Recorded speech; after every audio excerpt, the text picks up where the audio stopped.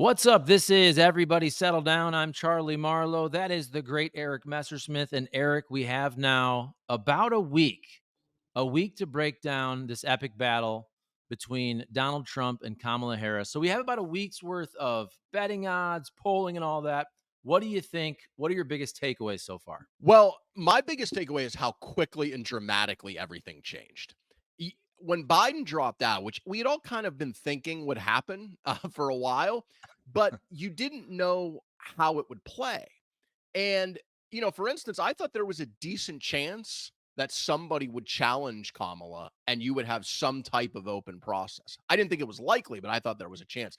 I was amazed at how quickly and forcefully the party came together behind her. And I don't just mean the elites, like that's one thing, but it was more of the entire party top to bottom. You saw it polling where so many Democrats, huge majority, said not only were they fine with Harris, they were enthusiastic about Harris. You saw it online, on X. I'm not on TikTok, but I guess it was even more so on TikTok, where you had this energy of left wing people and even like center left people that you didn't have for Biden. You had the memes about the coconut tree thing and I mean the brat summer and all of this kind of energy that I was really surprised at how quickly it got behind Harris and how strong it was for her.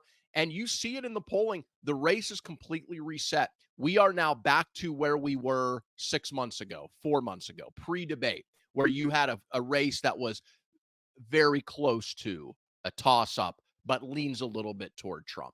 In 2 days, the race completely changed. Do you think that that is more pro Harris or anybody is better than Biden? Because to me, like, I understand how there's this resurgence of energy because, okay, she's younger. I'm still skeptical of her ability to win a general election. I I think everybody should agree, whether you're a Democrat or just somebody that wants what's best for this country. It's better to have two candidates that are more viable. I think everybody would agree that Kamala Harris is a better candidate than Joe Biden. I do wonder about how much of this is about her though, and not just, hey, it's not Joe Biden. I do think, look, I think she's done better. I think she's certainly a better candidate than she was in 2020 when she flamed out pretty quickly. And look, if you're the vice president for 4 years, you've given a lot of big speeches. You've done a lot of big interviews. So you are more battle tested. I don't know. I guess I am a bit surprised. I think she's done better than I expected. Or maybe I didn't expect all of the Democrats to really coalesce so quickly. I thought there would be more holdouts kind of wanting the open convention. And it seems like that's been completely put to rest now. Yeah, I think it was really because of two reasons. One was time. Biden delaying this helped her because we were getting closer and closer. But it wasn't just time. There was still enough time. It was also, you have to give credit to Harris. And look, I've been hard on her before about a lot of things. But as I've said, if you had watched her in the last, I'd say, year, really since the Dobbs decision, when they really started putting her out more to argue for reproductive rights, since that kind of relaunch, Harris 2.0, she has been much better. And I think, in particular, in the weeks since the debate, starting with that CNN interview that a lot of people saw the night of the debate, she has acquitted herself very well. And so I think it's not just, she is clearly benefiting from the enthusiasm of Biden leaving. No doubt about that. Democrats were at each other's throats. It was about to get really ugly if he didn't get out. Like, you could see that Nancy Pelosi and the others were basically saying, look, you've got a little bit more time, but if you don't get out, it's going to get real nasty. And so there was, not only was there no energy on the Democratic side, they were at each other's throats. Just the pressure release of having Biden get out was huge for the mood of Democrats. But I think some of this is genuine enthusiasm for Harris, that if you would have gone back 2 or 3 years, I think this would not have been there. I think she has done a nice job of making the party believe that she can do this. And also in this last week, she has done a nice job. And look, the numbers are the numbers. $200 million in fundraising in a week, 170,000 volunteers, they're saying. Like, this is real energy. Now, again, it's not all her. A lot of it is just that release of having the party united against Donald Trump. A lot of it is like, okay, now we think we can win. That is helping her. But I genuinely think you have to give her credit. Now, is that a sugar high that will fade, or is it lasting? That is the question we don't know. And I think I'm more convinced in her abilities because of what she's done over the last year or so, but I'm not totally convinced. And I think what we need to see is, how does she respond in adversarial interviews when she's being pressed on some of these things as now the official nominee, or I guess unofficial, will soon be official. We haven't seen that yet. That is going to be the test for me of, okay, is she really an improved candidate or politician who's up for this, who's ready for this stage? To me, that will be the real test when we see her in interviews having to defend not just what's happened in the Biden administration, but having to defend her own policy positions, particularly from that period in 2019 when she ran for president and flamed out before Iowa. Because during that period in 2019 and into 2020, she took some kind of extreme positions, flirting with defunding the police, abolishing ICE, Medicare for all, eliminating private health insurance. She staked out some positions that are going to be tough to defend in a general election campaign, and she's going to have to come up with credible answers for those things, and we haven't really seen that yet. That will be the next phase of this campaign. Okay, so I'm looking at the latest election betting odds right now. Donald Trump 57.4% chance to win. Kamala Harris 40.1% chance. You also have, and we'll get to this later, the Democrat VP Josh Shapiro right now about 38% is your favorite over Mark Kelly, who's about 34%. And then Real Clear Politics polling average, you have Trump over Harris plus 1.7. Now, in there is a Rasmussen poll, which is Trump plus 7, which is a pretty big Which is outlier. garbage. Which is Right. That's garbage is the word you're looking for. yes, that's a If crap people poll. if people So don't know, just real quick note on that. Rasmussen is their polling has been shown to be so biased and so yeah. bad that 538 doesn't even include it anymore Mhm. in their polling aggregate. Nate Silver, who used to be at 538, now does his own thing. He does include it, but he what he does is he looks at every poll for their house effect and then he adjusts it. So Yeah. the adjustment with Rasmussen is huge. So if you follow this kind of thing, I don't know how much people care. Rasmussen always shows a huge outlier in favor of Trump in their polling. So I also think I think the Democrats and maybe this was on purpose with the debate, but it seems like the Democrats have a strategic advantage with timing with a lot of these things. I mean, you can start with the debate. If you don't have the early debate with Joe Biden, maybe he's still in the race and you can't even replace him with a Kamala Harris. And then just think about the Republican convention where it's right after the assassination attempt. At that time, okay, they're still going against Biden.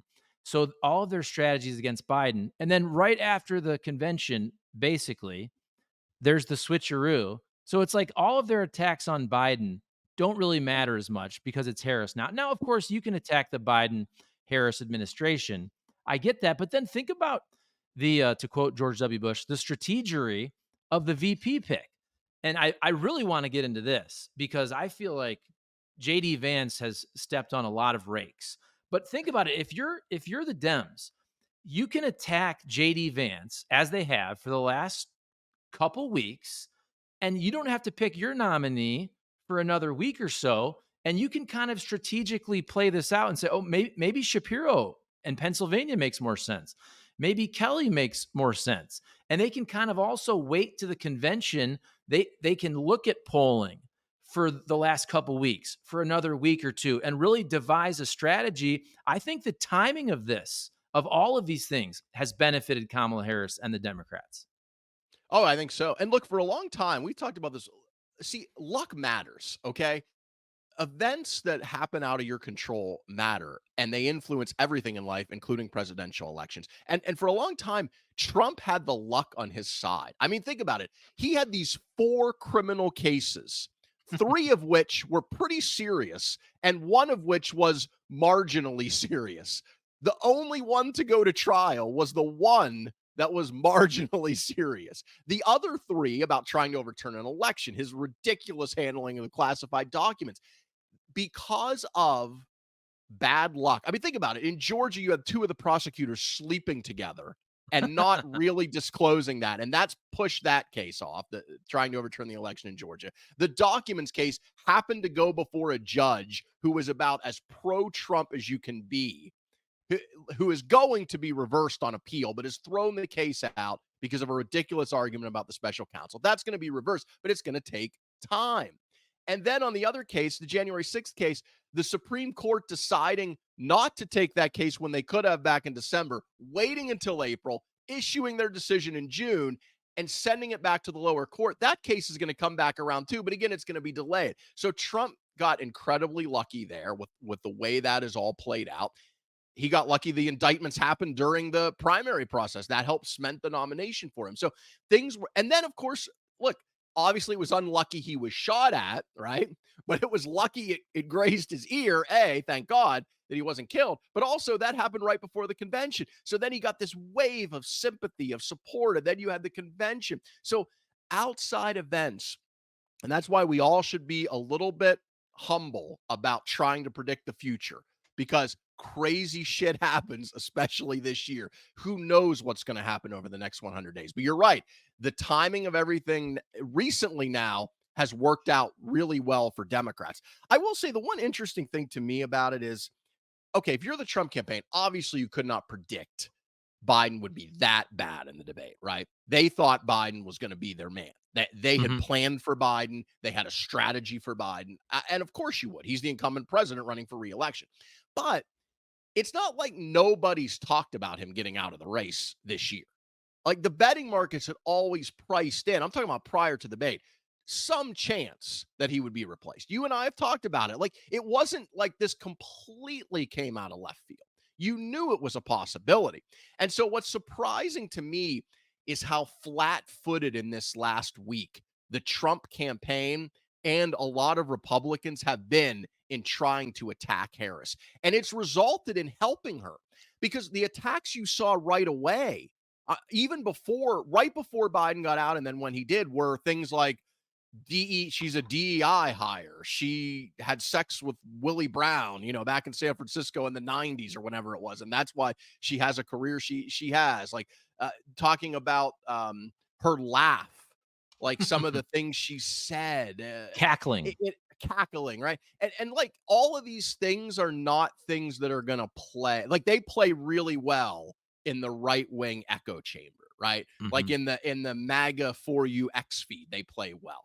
They don't play well to a suburban mom who's undecided, right? Like that is they really came out with a bizarre line of attack early. Now, by the end of the week, I think you saw them start to change and you saw them start to make the attacks about, hey, she's a liberal from San Francisco. She did this when she was district attorney of San Francisco. These were some of her extreme positions in her presidential run. Oh yeah, remember the border? She was in quote unquote in charge of that, which isn't totally true, but that's another subject.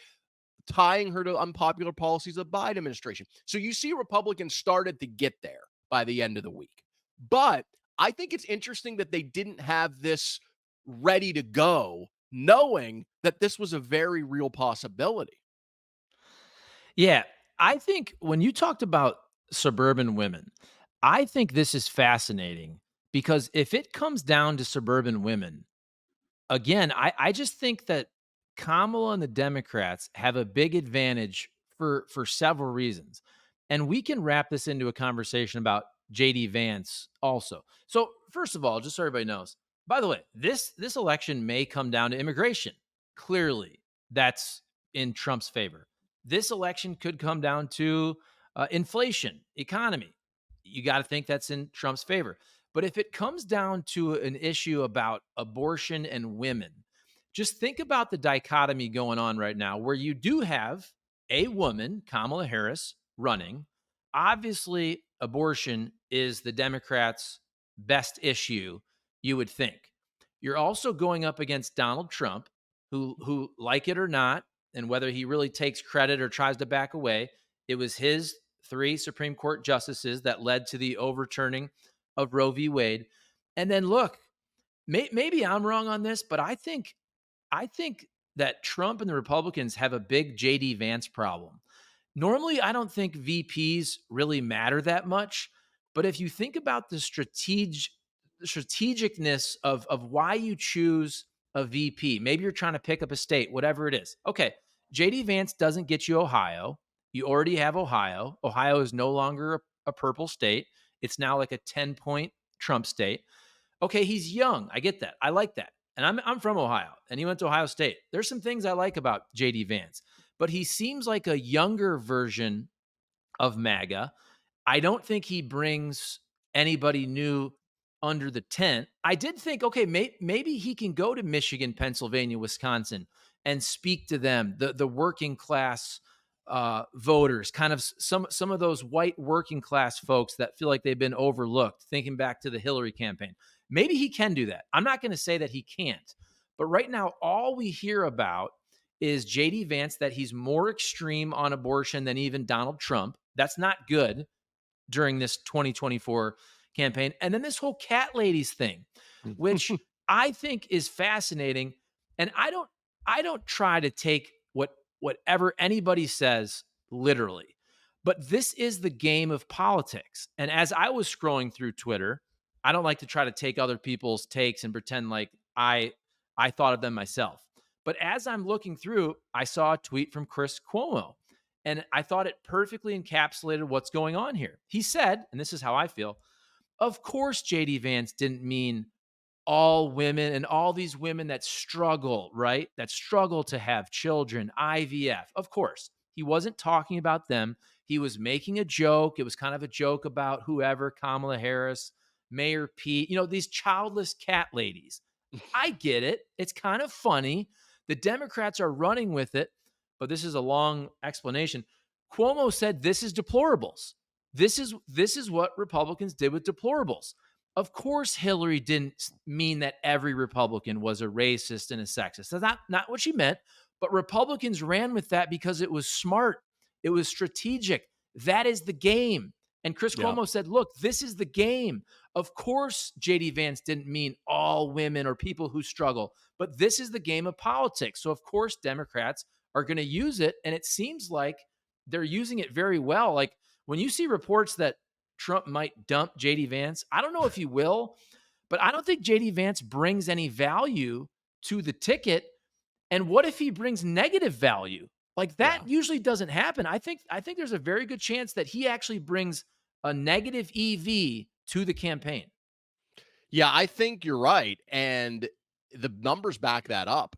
At the time of selection, even before this last week, he was the least popular VP in terms of favorable versus unfavorable rating of any modern vice presidential candidate, including Sarah Palin, who, it's hard to remember now. She was popular initially when McCain first picked her. So he didn't give you any value. And in fact, his negatives are now up because of what you're talking about. An ABC News poll came out this week. His unfavorability rating went from 31% to 39%. He's way underwater, favorable versus unfavorable. And it goes back to the strategy and the luck thing we talked about earlier. If you rewound and Trump would know everything he knows now and he had it to do over again, I don't think he picks Vance, because Vance is a pick you make when you think you're running against Biden and you think you're almost certain to win. Vance was always a legacy pick, a Mhm. governing pick. He was the guy who could explain MAGA and terms that maybe even Trump himself couldn't. Like, use his ability as a smart, articulate guy to kind of say, okay, here's the instincts Trump has. Here's actually the policy we can craft, and also a legacy pick to try to make the party MAGA for the future. It was not a pick about winning, not just because he's from Ohio, although that's part of it, but also because he doesn't really get you, in my opinion, any voter you don't already have. The Mhm. white working class, non college voter, Trump's already at like 70% with those people. It's hard to increase the margin anymore. Like the 30% that aren't with you probably are never going to be with you by now. And so it doesn't help you. And you're right. The problem is it can hurt. It can Yeah. hurt because of some of these comments. The cat lady thing. I mean, first of all, it wasn't true. Like, and this is part of the generalization thing. He mentioned Kamala Harris. Kamala Harris has no biological children. She has two stepdaughters Mhm. who she loves. They call her Mamala. It's like a thing. It's on her Twitter bio. She's Mamala. Like, so that kind of now you're like shitting on like step parents. Well, you don't have Yeah. biological children, so you're not invested in the future. And it's also just at base, it's a really dumb argument because it implies that the only way you would care about the future or want things to be better is if you have children, which is such a weird thing because I cared a lot about the future and wanting politics and things to be better before I had kids, right? Having kids changes people in a lot of different ways, but that's a bizarre argument to make. Now, Vance has tried to spin it recently by saying, oh, what I really meant was the Democratic Party doesn't have policies to help encourage families, they don't support families. But that's not really what he said. So I understand he's trying to backtrack now to frame the argument a different way, but I would good luck to him. But that is kind of the way that he's trying to spin it now. Yeah, and by the way, just so everybody knows, I think this is gonna swing back. I look at this like a football game or a boxing match, and I'm gonna use a boxing analogy when you talk about ring generalship in terms of who is controlling the fight, right? And right now, the Democrats are controlling the fight, and the Democrats are on offense. And by the way, the Democrats have been on defense for the last what? I mean, 6 months or so. The Democrats, for the last 6 months before Biden dropped out, they had to kind of explain away and pretend that it wasn't as bad as it was with Biden. They had to say, "Oh, that's just a little something. He's better behind closed doors," which I think everybody now realizes was not true, even though Biden was getting worse and worse and worse as we progressed. But what I'm saying is the Democrats were on the defensive for 6 months. And now, ever since the switch, Democrats are on offense. And so imagine if you're JD Vance and you're trying to roll out an agenda and your talking points and speak to your message. You can't really do that right now. And even if you do, that's not the takeaway. The takeaway from everything of Trump and JD Vance right now is on defense, explaining cat ladies, explaining their position on abortion, right? They're playing defense, and that's not good. And just so everybody knows, this is going to switch. I'm sure a month from now, the Democrats will get a nice bump from their convention. Something will happen.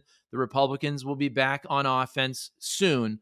But right now, between switching Biden, a good early couple weeks for Harris, a lot of negatives for JD Vance, you've allowed the Democrats to be on the attack. And the Republicans right now are on their heels in terms of strategy. And that is not a good thing for them. No, it's not. And I think, of all we talk about luck, of all the weird things that may have influenced this election, who would have thought that Kristi Noem killing her dog would Yeah. potentially be a factor? Because I really think she would have been the pick. I think Trump's instinct was to have a woman. I think he liked Kristi Noem. She did not run against him, even though people thought she might. She said, I don't think I could beat him. Trump loves that. And so in the betting market, she was first or second for a long time. And then that biography came out. There was a quote from unnamed House Republican. The Hill, Mm. which is one of the articles that covers Congress very well. They did a story last week about how House Republicans are like, what the hell was Trump thinking with this Vance pick? Now, part of that is ideological. The strain of the Republican Party that believes in a strong foreign policy and helping Ukraine, they just are beside themselves that Trump would pick JD Vance, who essentially is, going to do what Putin wants, in Ukraine, and has basically said that in so many words. He doesn't frame it that way, but the end result is the Kremlin is happy with the JD Vance pick. Let's say that. But he made this unnamed Republican said, quote, he wouldn't be my first pick. I thought we were going to have a female candidate, But Haley would have been great, but he's never going to do that because she ran against him and Christie shot her puppy. And I mean that just like those were the two choices that would have been potentially big positives, right? But he wouldn't do it. Haley, for obvious reasons, and Noam because, as this congressman said, she shot her puppy. So that really changed everything. And if he could go back in time now, I think he'd probably pick Doug Burgum. Like Doug Burgum doesn't give you a big upside, but he doesn't give you a downside either. He's like a normie Republican, like someone who's been around, who's been in executive office. He would have been like the safe traditional pick. But again, I think Trump in his mind felt like he couldn't lose at that point. I don't think he thinks that anymore, but I think at that moment in time, he felt like I can't lose. I want to set the Republican Party up to be the MAGA party of the future. And he decided to go with Vance. And it leaves Democrats with an opportunity here. If they nail their vice presidential pick, because normally vice presidential picks don't matter. But if they nail theirs, and I've said before, I think Josh Shapiro is the obvious choice, not just because he's from Pennsylvania, but because he is a potentially dynamic politician. So I saw on X somebody said the other day that he's the Jewish Obama. I don't know if I'd go that far, but like he gives you upside in a way that I don't think JD Vance does. And look, is that going to change the race dramatically? No. But if the polls are accurate, and this is essentially a toss up, and it's going to come down to 20 or 30,000 votes in Michigan, Wisconsin, and Pennsylvania, everything matters. Everything matters.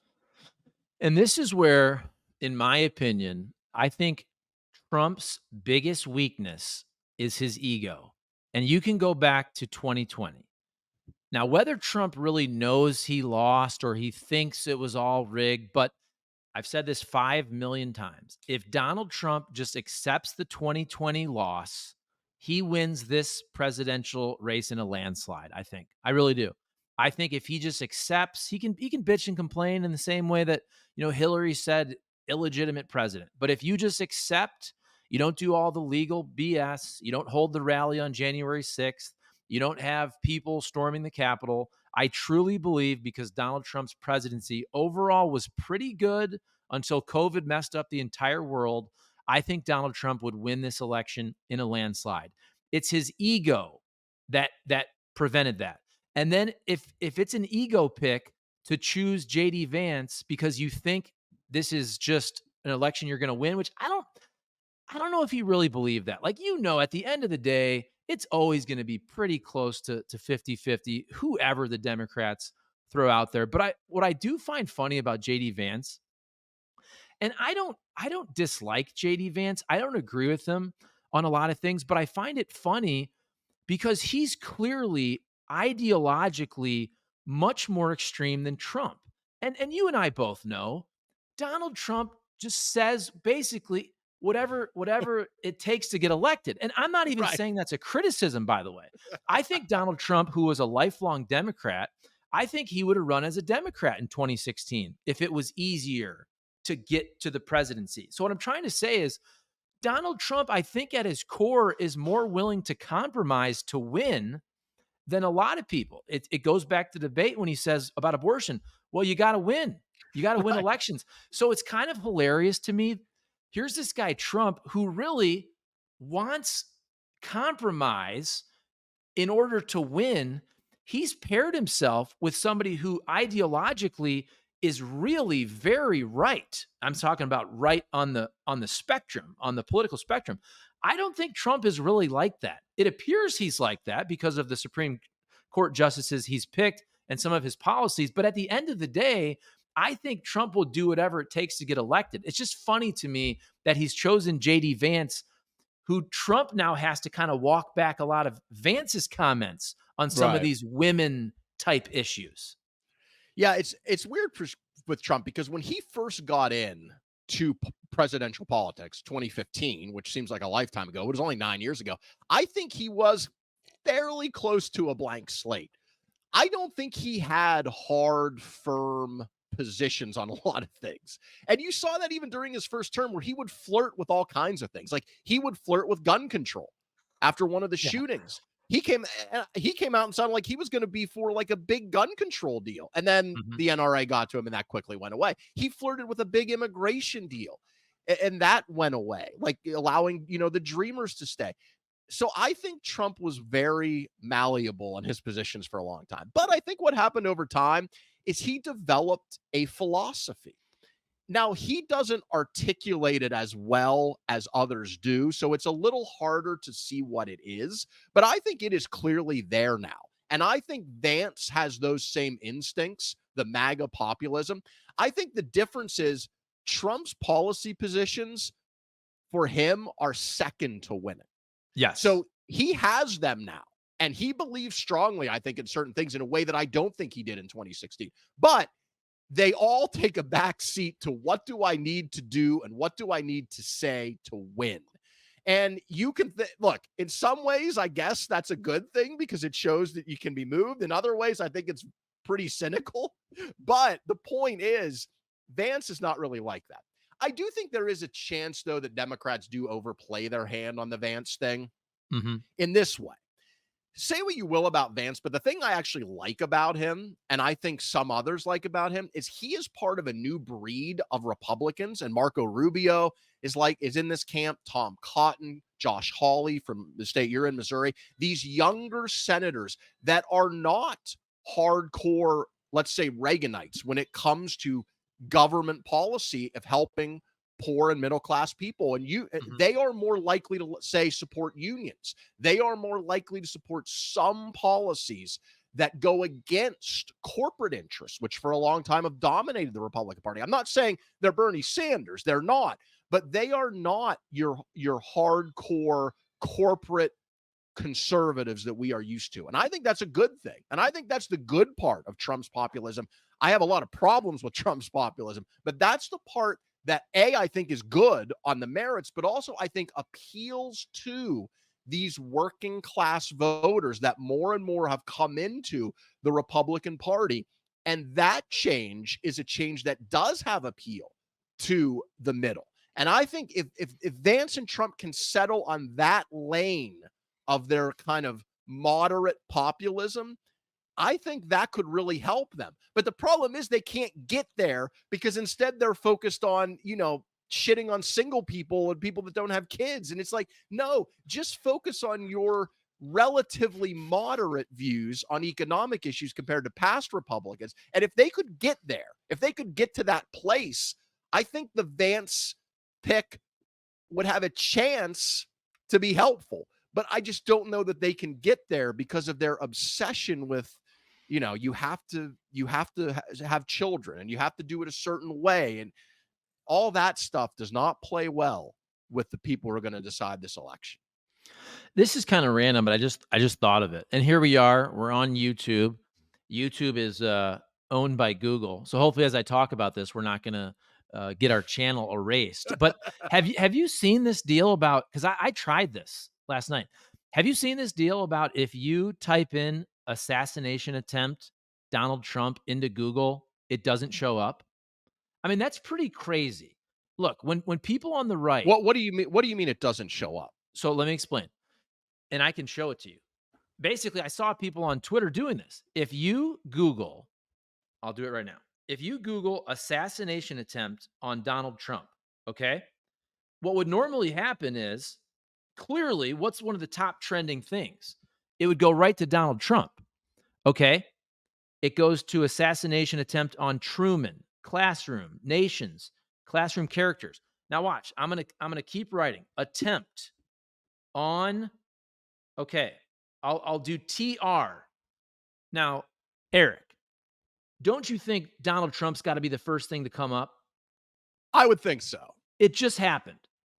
And it but it it does has not come Truman. up Truman. So like when people talk about look, when people talk about big tech, coercion and all that, like that's really bad. I'm sorry. That's really bad if that's happening. And I saw that on X and I'm like, okay, I'm going to try it out.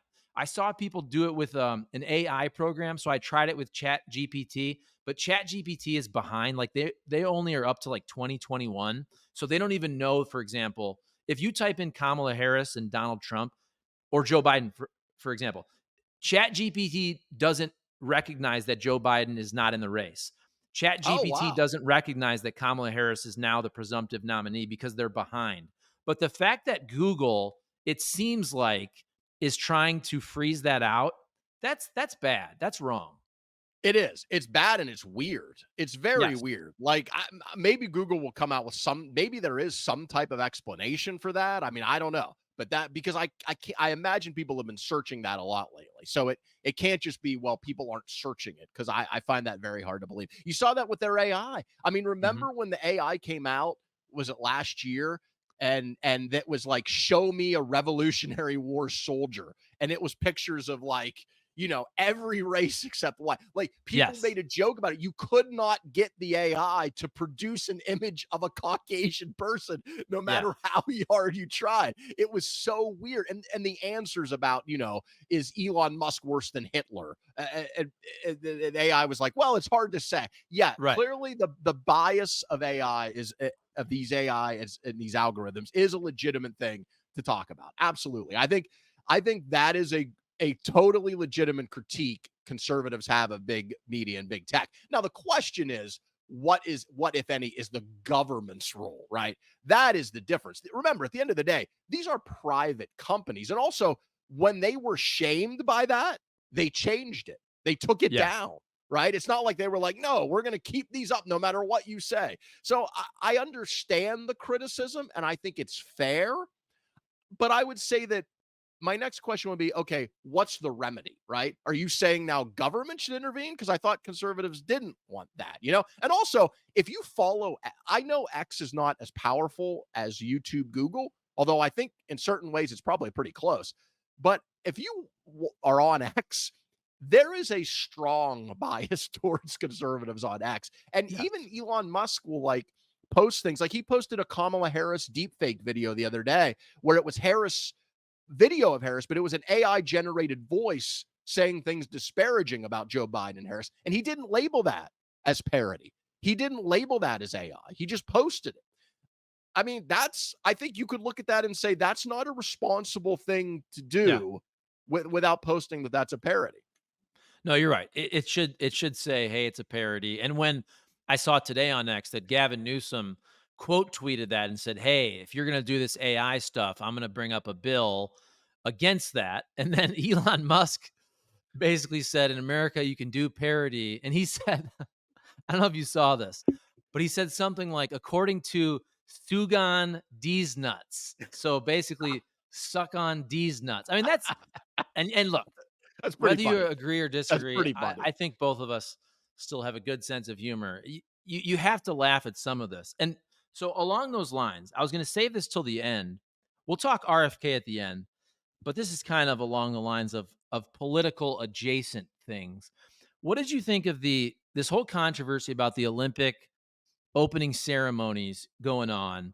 And so a bunch of Christians thought that it was basically making fun of the Last Supper. I understand people thinking that. And then apparently, because the Olympics, it's a Greek tradition, it was more basically talking about something going on with the Greek gods, which honest, I don't even say I want to say I don't care. I understand if some Christians were offended by it. I do think this though. They certainly really seem to gay that up. And look, I understand it's Paris.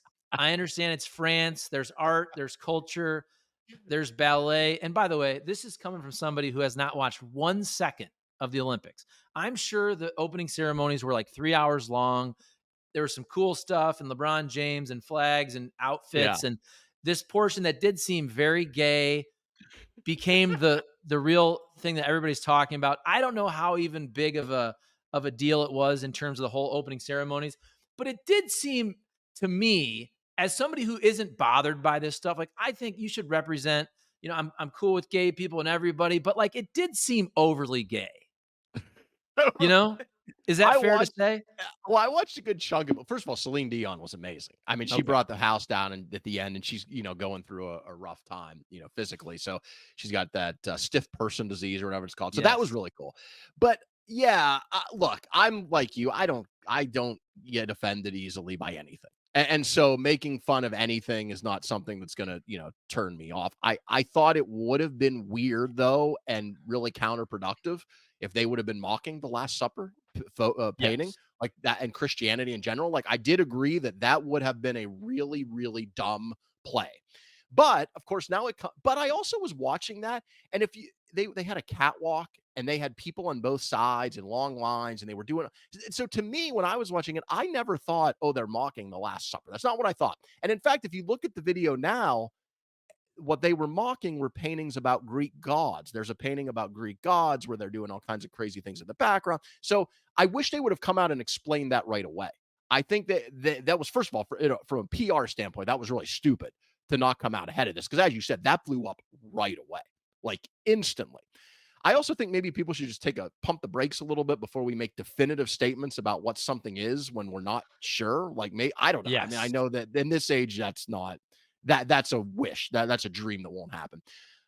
In terms of, yes, you're right. There was a lot of that to me. If you were going to criticize, and again, I don't care about that, but if that's a thing that bothers you, that there's trans and gay people being represented in all kinds of flamboyant ways, then fine, criticize that, right?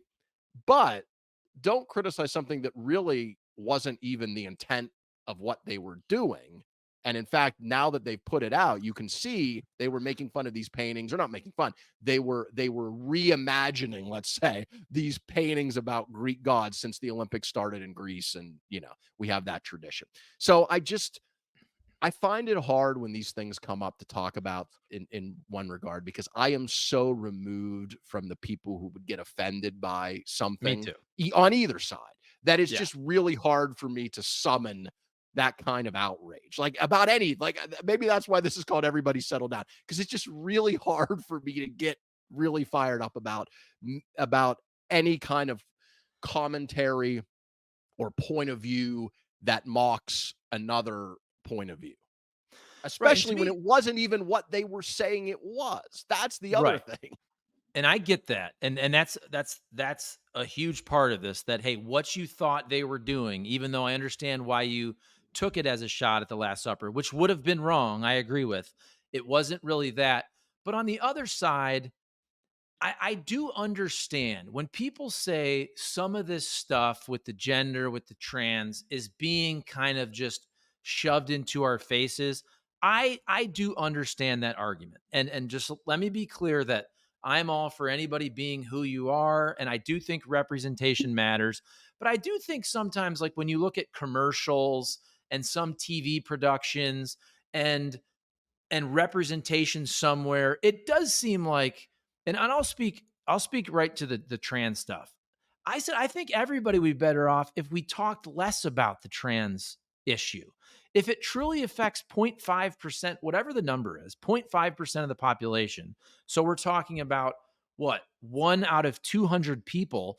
I feel like the media oxygen it gets is like 50% of all conversations, right? So I do think we talk about it way too much, but I understand if everywhere you look there's like a trans person, like that's also not real life. If it's really 0.5% of the population, I don't think you necessarily have to have it everywhere in our face all the time. And so I do understand people on the Yeah, right kind of saying, can we just cool it with this also? I get that.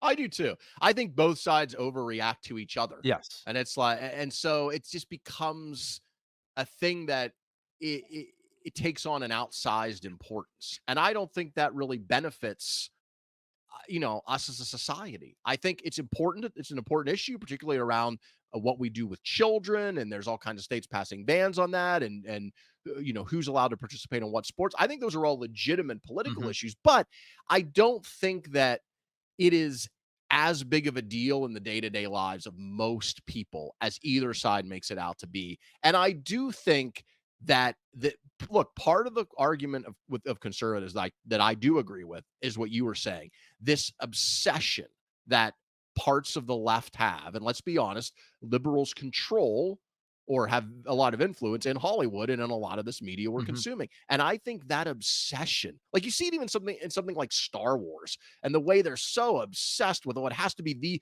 we need female characters, we need diverse points of view. How about making something that's fucking good? Like, can we start with that as our North Star? Like, I'm going off on a tangent here that but if you like, let's start by making something that is the highest quality film show that we can produce. And then let's not worry so much about, well, we have to have every single group represented in this exact proportion on screen and off screen. It just, to me, is part of the reason that the critiques of the Democratic Party and some of the liberalism in particular do hold some validity, because it's like, why are we so obsessed with these things, right? To an outsized degree. I totally get that argument, and I agree with it. Now, is it going to make me not want to watch the Olympics or boycott because of it? No, I'm not going to get that outraged about it. But I totally agree with the argument. And I think what bothers me about it is when it starts, because I'm a big fan of movies, TV, and when it starts seeping into the quality of the show, I Yeah. really think that and Disney, I think this. I'm thinking of a Star Wars example because of the Acolyte show and what they have said publicly about Star Wars. Like, why can't they say we're going to make something that's really great, and we don't really care what race or ethnicity the directors, the actors, the producers, the writers are. What we're going to focus on is making great content. Like, if they said that, I would be like, yeah, But instead, that's not the direction that we go. And I think art is worse for it with the again. It's different than reaching out and trying. Communities have been marginalized, and it's fair to point that out, and it's fair to seek representation and to reach out to different communities. But that's different than being obsessed with it. And Mhm. I think we have veered too far down the road of being obsessed with it. Yeah, and it's as somebody who, when I say I don't care, I do try to find the comedic value in a lot of these things. It goes back to, first of all, I saw this the first time I recognized this was, I remember back in the day, this is about 20 years ago. I'm covering press conferences at Michigan State University, and you would see this in higher education. If they had any type of big press conference, even if it was for sports, if it was for announcing a new football coach or a new athletics director, they would have every single ethnicity represented on that stage, right? I mean, to a point where it was like there'd be 10 people. It was like man, woman, Asian, Latino, gay person. What I mean, like it was so obvious. And then also, I always joke about the Bud Light Lime commercials, right? For a while there, about, I don't know, 8, 10 years ago, the Bud Light Lime commercials, every friend group was Right. one white person, one black person, one Asian person, one Mexican person, one gay person, right? It was just like it was the United Nations. And it's just, which is, I don't care. Like I said, Right. this doesn't bother me, folks, but it is something, it's just so obvious what they're doing. Right. It is. And it's like you watch a Netflix show, and it's Netflix, I think, is one of the worst. It's like every show you have to have every friend group has to be represented by every. And look, Yes. if it's organic, fine, right? And if it works, fine. But I think that shouldn't be your primary focus. Your primary focus should be making great art. And if Mhm. you and if it happens to be a story that involves gay people or trans people or 15 different races for people from 40 different countries, that's great. That's great. But if not, that's okay too. It's okay to, like if we had a story that was about, I don't know, that was set in Africa in the 1850s. I wouldn't expect it to be a cast that had a lot of white people. Do you know what I Sure. mean? And like, Yeah. I wouldn't be outraged that it didn't.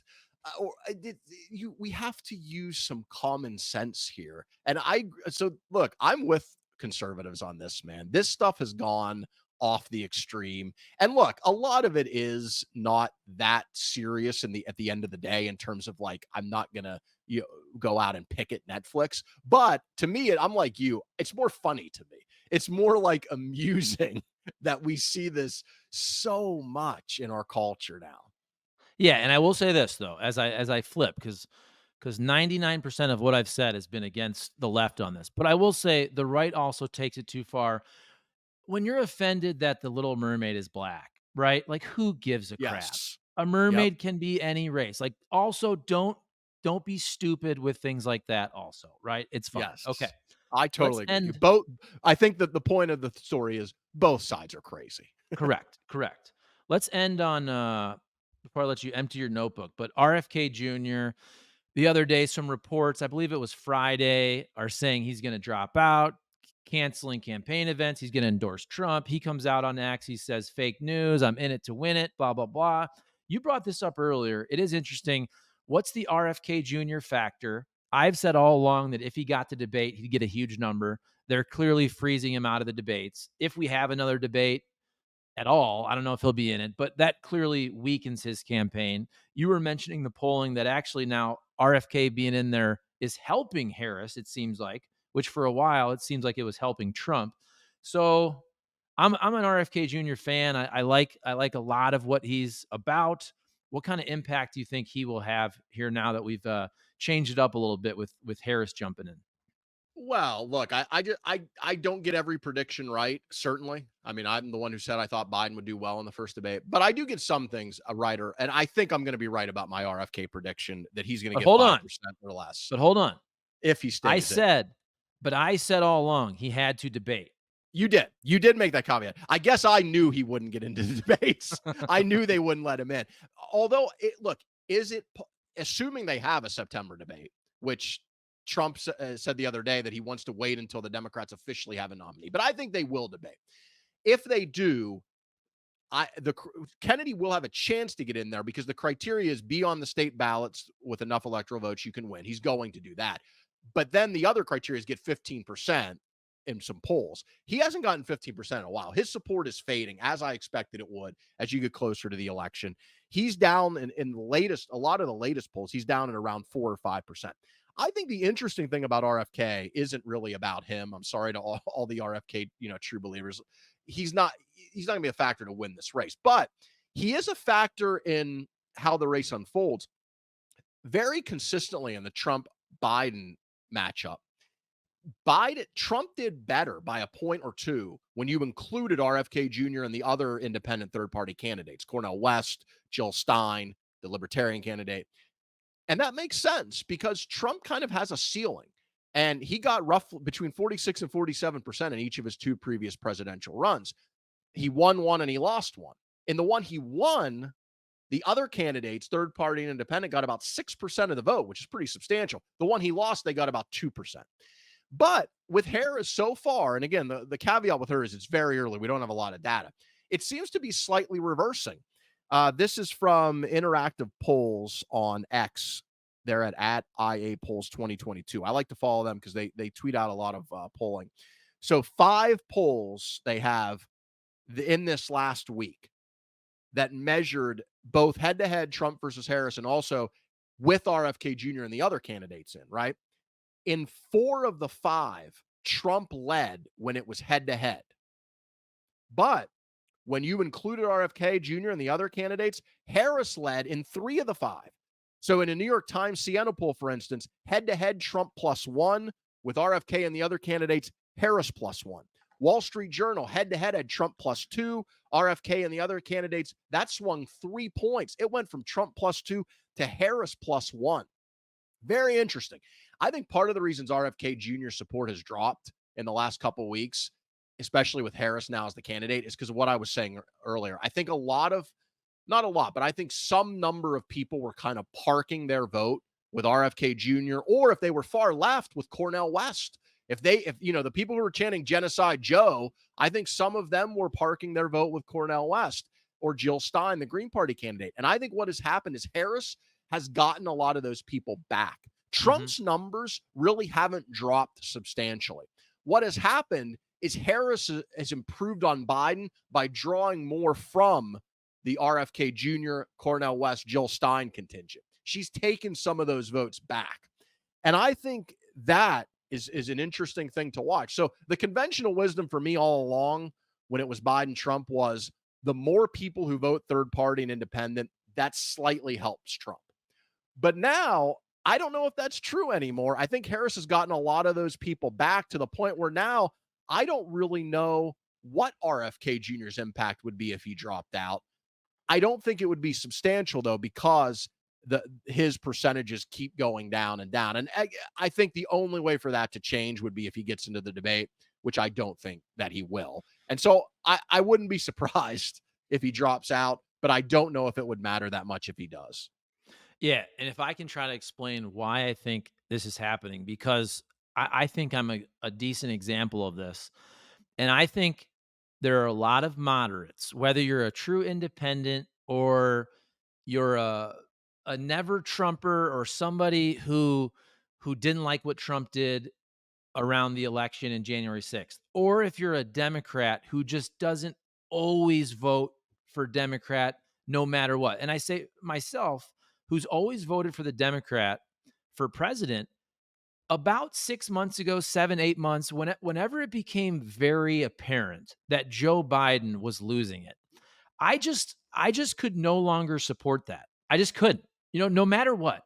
If Donald Trump, or excuse me, if Joe Biden would not have dropped out, there's no way I'm voting for the Democrat candidate this year, because I'm watching Joe Biden deteriorate. It's obvious. Even before, I said this before the terrible debate disaster.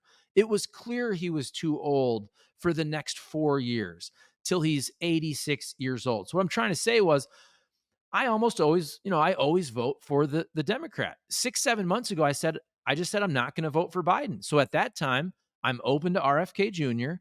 I'm open to leaving the the line blank. I'm not going to vote for Trump because he tried to overturn the election. Now that Kamala is in it, don't get me wrong, I'm still pissed at the process. I'm pissed at the fact that there wasn't a primary and that we really didn't get to see any type of electoral choosing, any debates, any town halls. I wanted to see that. I'm still kind of pissed that it's just Kamala and we have to go with Kamala. But at the end of the day, I wasn't going to vote for Joe Biden.